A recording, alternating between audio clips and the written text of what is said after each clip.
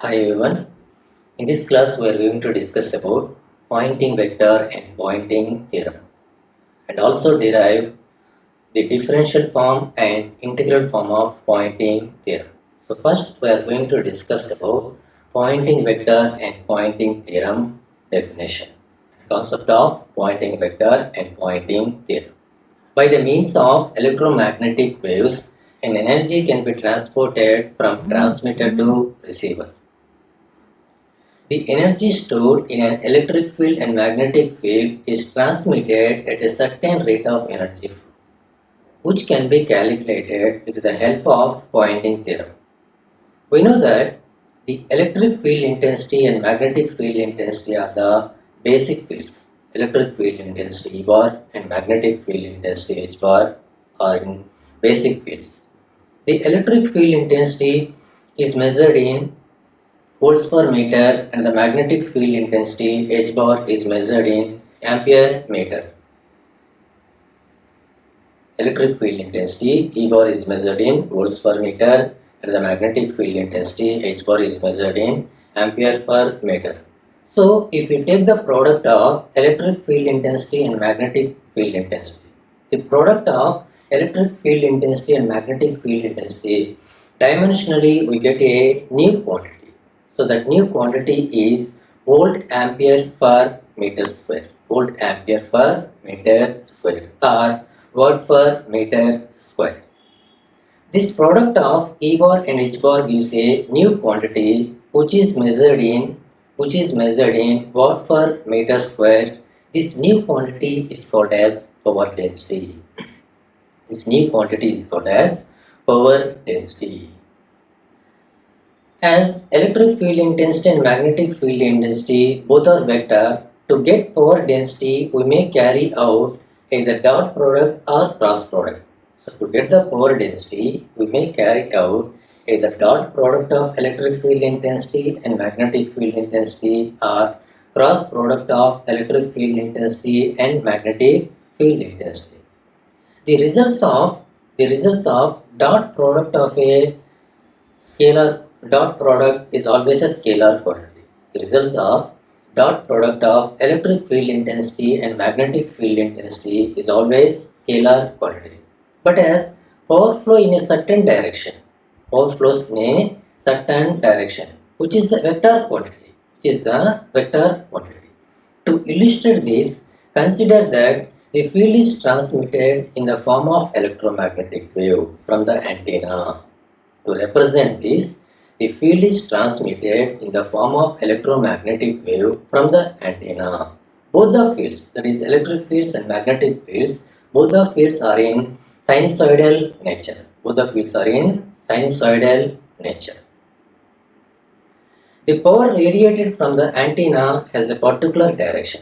The power radiated from the antenna has a particular direction. Hence, to calculate a power density, we must carry out cross product of electric field intensity and magnetic field intensity. So, the power density is given by mathematically P bar is equal to E bar cross H bar, where P bar is called as a Poynting vector. P bar is called as a Poynting vector. The Poynting theorem is based on law of conservation of energy in electromagnetic energy. The significance of Poynting theorem is law of conservation of energy in electromagnetism. The Poynting theorem can be stated as the net power flowing out of a given volume is equal to the time rate of decrease in the energy stored within the volume minus total ohmic power dissipated. The Poynting theorem can be stated as mathematically the net power flowing out of a given volume is equal to the time rate of decrease in the energy stored within the volume minus total ohmic power dissipated. So that is the statement of the Poynting theorem. Suppose, what is the vector form of the electric field intensity? E bar is equal to Ex Ax bar plus Ey Ay bar plus Ez Az bar.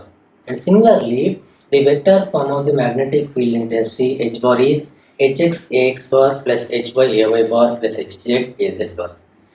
If the electric field intensity is traveling along the x direction, only x components will consider, and the y components and z components are 0. So therefore, the electric field intensity E bar is equal Ex Ax bar. If the electric field is traveling along the x direction, and the magnetic field intensity is traveling along y direction, only consider y components, x components and y components are 0. Along the x direction and z direction, there is no field. So therefore, the magnetic field intensity along the y direction H bar is equal Hy into Ay bar. So now take the product of electric field intensity and magnetic field intensity. The power flows in a particular direction. So we must carry out the cross product of electric field intensity and magnetic field intensity. Therefore, the power density capital P bar is equal E bar cross H bar. What is E bar? E bar is the electric field intensity. Electric field intensity is traveling along the x direction, that is Ex Ax bar, and H bar is the magnetic field intensity. That magnetic field intensity is traveling along the y direction, that is Hy into Ay bar. E bar cross H bar is equal Ex Ax bar plus Hy Ay bar. Ex, Hy are the magnitudes or amplitudes. But we know that according to the concept of vector analysis, the cross product of different unit vectors is another unit vector. The cross product of different unit vectors is another unit vector. So now here Ax bar cross Ay bar. The value of Ax bar cross Ay bar is Az bar. Therefore, the pointing vector or power density P bar is equal Ex Hy into Az bar. That is equal Pz into Az bar, where Pz is Ex into Hy, where Pz is equal to Ex into Hy. So from the above equation indicates that the electric field intensity E bar and the magnetic field intensity H bar and the power density or the pointing vector P bar are mutually perpendicular to each other. And what is the direction of the electric field intensity? The electric field is traveling along x direction and the magnetic field intensity is traveling along y direction, and the power density or pointing vector is traveling the direction of z direction, along the z direction. So the electric field intensity, magnetic field intensity and the pointing vector are mutually perpendicular to each other. Mutually perpendicular to each other. So now consider the electric field intensity propagating in the free space, and it is given by E bar is equal Em into cos of omega t minus beta z into Ax bar, and similarly the magnetic field intensity is propagating in the free space, and it is given by H bar is equal Hm into cos of omega t minus beta z into Ay bar. But we know that the ratio of magnitude of the electric field intensity and magnitude of the magnetic field intensity is equal to 125 ohms. That is the intrinsic impedance. The intrinsic impedance is given by or defined as ratio of magnitude of electric field intensity to magnitude of magnetic field intensity. That is eta is equal to E by H. So now here in the free space, what is the expression of the E bar? Em into cos of omega t minus beta z into Ax bar. What is E suffix m? Magnitude of the electric field intensity. So what is the magnetic field intensity in free space expression? Hm into cos of omega t minus beta z into Ay bar. What is H suffix m? Magnitude of the magnetic field intensity. According to definition of intrinsic impedance, Em by Hm is equal to eta. Therefore, Hm is equal to Em by eta. So now here in this equation,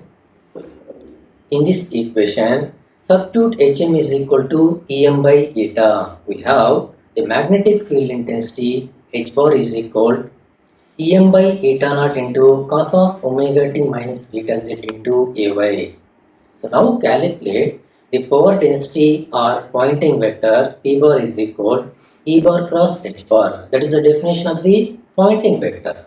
So now calculate the power density or Poynting vector value in free space. So therefore, P bar is equal, E bar is Em cos of omega t minus beta z into Ax bar cross H bar is Em by eta naught cos of omega t minus beta z Ay bar, that is equal Ax bar cross Ay bar is Az bar. Em into Em square by eta naught into cos square of omega t minus beta z into Az bar. So this is nothing but the power density measured in watt per meter square. The power passing through particular area is given by power is equal power density into area. So this is the concept of Poynting vector. Poynting vector.